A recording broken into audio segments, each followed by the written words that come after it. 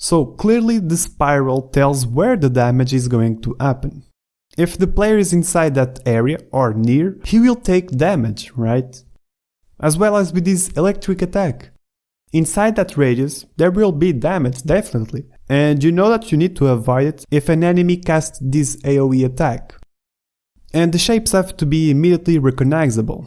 Like when you are reading something, you recognize the shapes of the letters instantaneously, and you know the meaning of a word. Well, shape in visual effects works in a similar way.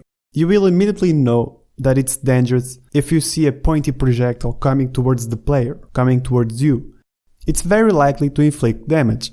On the other hand, if it's a round shape, maybe it will stun or freeze the player. But if you see a green, calm, floating orb like this shrine from Bard of League of Legends, maybe it's not harmful. When an ally touches it, it will heal.